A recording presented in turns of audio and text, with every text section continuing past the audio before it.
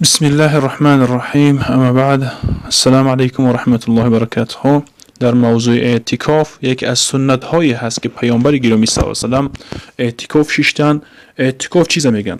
همون بگیم ایستادن، یعنی که شیشتن در مسجد با همراهی روزه و نیت اعتکاف داشته باشد اون نفر.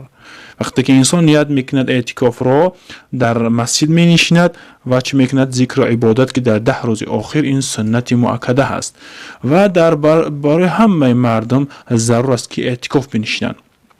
در جای چی خیلی میبینید که در بعضی کتاب ها مستحبش میگن چی معنی دارد؟ یعنی که در تمام زمان اعتکاف شیشتن ممکن هست، اما در 10 روز آخر چی هست؟ سنت هست. با میشد اعتکاف واجبی. وقتی که یک نفر نظر میکند که من اعتکاف می‌نشینم، چه خیلی که الان نظر کنید.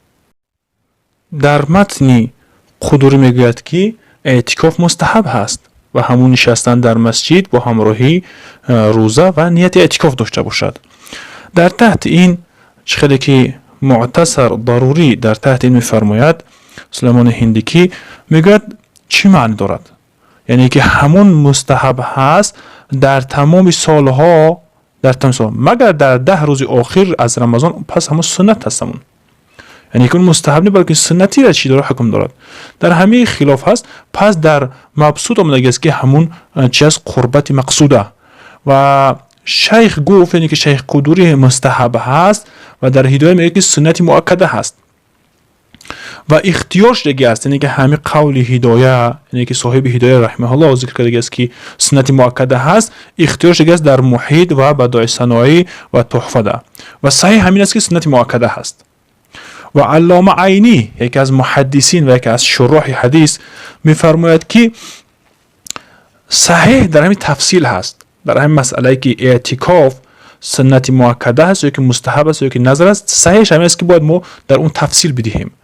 پس اگر نظر باشد پس واجب میشد اعتکاف. یعنی که وقتی که اعتکاف نظری نیت کرده باشه او واجب هست، مستحب و سنت گفتش نمیتونیم.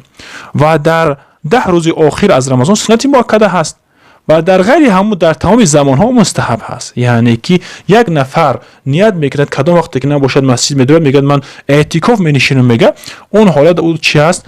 مستحب هست. غیر رمضان و غیر هیچ چیز همین میدوه نیت اعتکاف میکند، اون یگام باکی ندارد بلکه این کار خیر میکند. بعد از اون خلاف است که همون سنتی بگیم که هر یک انسان در معین است که باید بنشینه که کفایه است.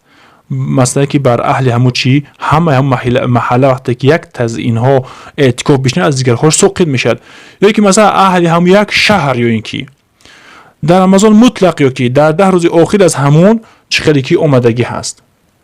بالاخره قول به همین هست که در همون 10 روز آخر رمضان فرعی چه سنت مؤکده کفایه هست بر اهل همون شهر. چخیل وقتی که یک نفر اگر در همون شهر، یک نفر اگر اعتکاف نشست در همون قبیله که محله، از گردن دیگرش ساقط می شود.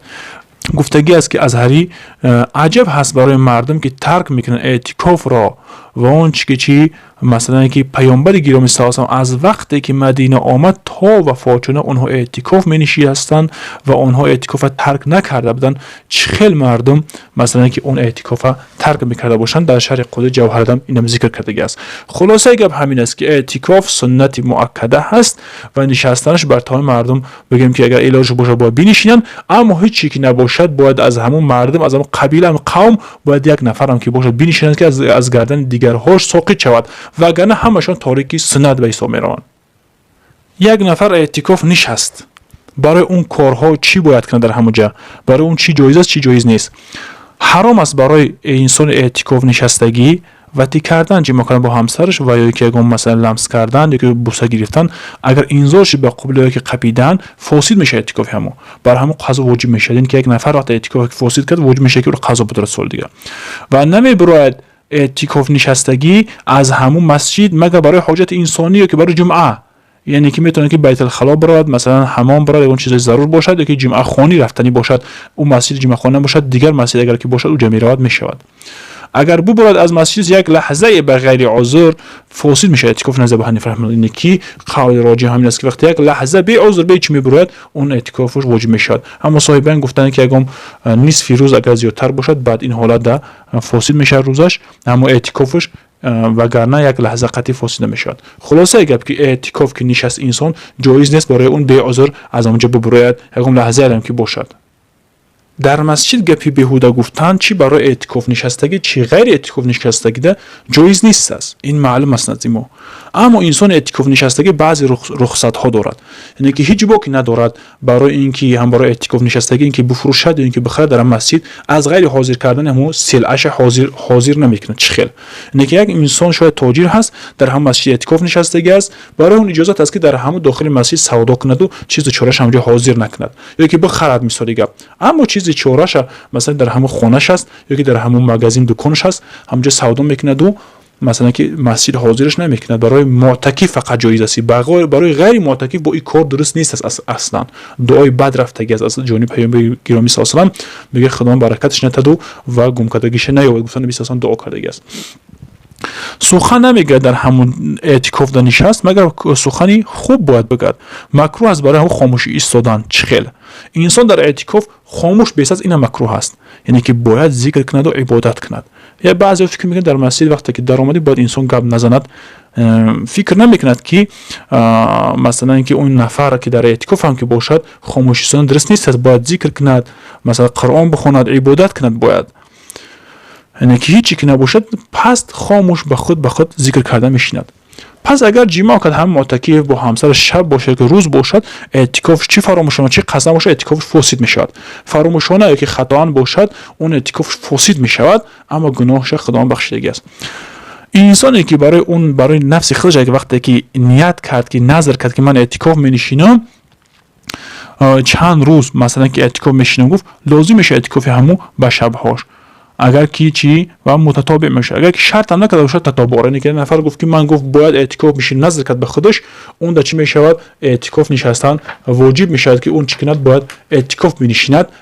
اگر که 5 روز گفته باشد شب روزش میشیند. اگر که پای در پای اگر نیت نکرده باشد پای در پای اعتکاف شب بردام باید بنشیند. این در نظر میدارد، یعنی که اعتکاف 3 نوع میشه است: اعتکاف مستحبی، اعتکاف واجبی و اعتکاف چی بگیم که سنتی. چخیر یعنی که یک نفر که نظر کرد که اعتکاف میشه واجب میشه، درجه سختش که به قوتش همین است که اون واجب است که باید اعتکاف میشه، نظر هست باید قانون بشه است.